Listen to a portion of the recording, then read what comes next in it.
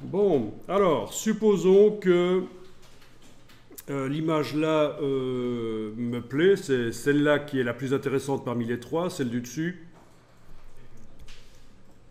celle qui est en 12 couleurs. C'est indiqué ici dans la palette de vectorisation. Je vous le rappelle parce qu'en fait le curseur est trompeur en fait. Il est indiqué 30 mais en fait c'est 12 couleurs, la vectorisation. Eh bien, je peux faire des variantes au départ de cette image-là. Alors, on y va. Je vais agrandir d'abord le plan de travail pour qu'il y ait de la place pour avoir ça sur un fond blanc. Donc, outil plan de travail. J'élargis.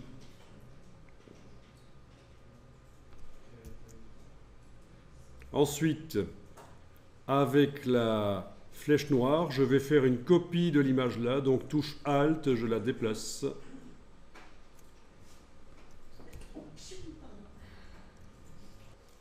Bon. Et donc, les deux images pointent vers le même fichier sur le disque dur. On va faire en sorte que l'image de droite pointe vers un fichier différent, une version alternative de l'image. Alors, ça va se faire dans Photoshop. Dans Photoshop, vous allez enregistrer sous, fichier enregistrer sous, et vous allez indiquer que c'est une version alternative, alternative 01 par exemple, voilà. D'une manière ou d'une autre, en fait, vous indiquez, vous changez le nom.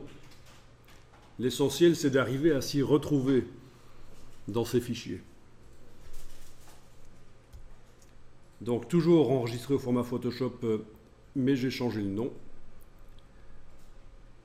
Voilà, donc le fichier actuellement dans Photoshop est celui qui termine par le mot, chez moi, Alt 01. Et dans Illustrator, je vais dire, tiens, cette vectorisation-là, elle utilise quelle image?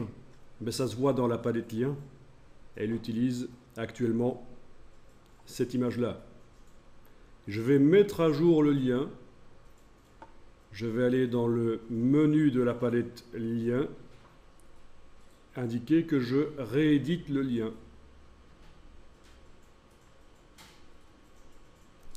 Et bien entendu, je vais indiquer l'autre image que je viens d'enregistrer précédemment.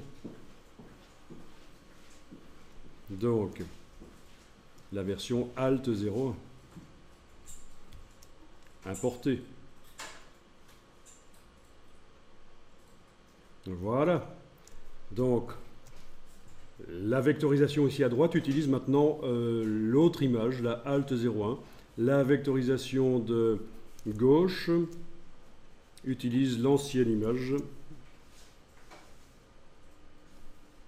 Bon, ben ça veut dire que je vais pouvoir faire différentes versions, mais pas seulement comme on a fait précédemment en travaillant dans la palette de vectorisation de Illustrator, où on avait fait notre version 4 couleurs, 2 couleurs, mais en plus je vais pouvoir maintenant faire intervenir Photoshop.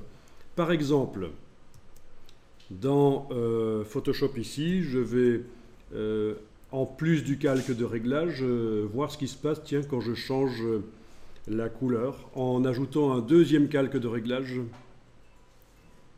de type teinte saturation et en bougeant le curseur. Voilà, vous voyez? Ok, je viens d'ajouter un calque de réglage teinte saturation, je bouge le curseur teinte dans la palette propriétés, j'enregistre, fichier enregistré,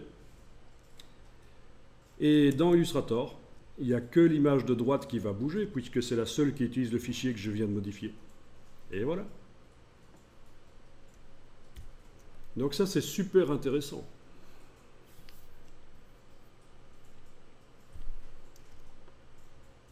Et ainsi de suite. À chaque fois que je veux faire une version différente, je vais devoir... Une version différente en changeant dans Photoshop, je vais devoir faire un fichier différent. Alors je vous remontre, pour ceux qui auraient loupé, mais rapidement, hein, n'essayez pas de le faire en même temps. Je vais agrandir le plan de travail ici. C'est la même chose que ce que j'ai montré précédemment, ceci que je remontre. Hein. Avec la flèche noire, je déplace cette version-là. ou la première d'ailleurs, ça n'a pas d'importance. Dans Photoshop, j'enregistre le fichier sous un nouveau nom. Cette fois-ci, ça va être Alt 02.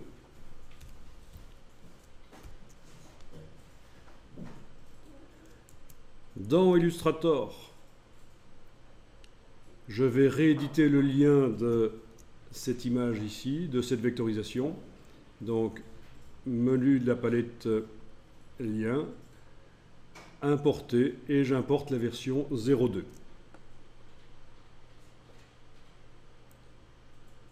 Pour l'instant, pas de différence entre cette image-ci et ce qu'elle était juste avant que je réédite le lien. Mais dans Photoshop, je modifie cette version 02. Par exemple, en plus d'avoir la teinte saturation, je vais maintenant retourner sur le réglage courbe pour avoir un contraste, une ambiance plus sombre. Voilà. Fichier enregistré. Je reviens dans Illustrator. Ça va se mettre à jour. Voilà. Donc si ça, c'est pas créatif, deux logiciels qui modifient des images pour en faire des dessins. C'est quand même assez extraordinaire ce que vous allez pouvoir faire grâce à ça. Je vous laisse tester.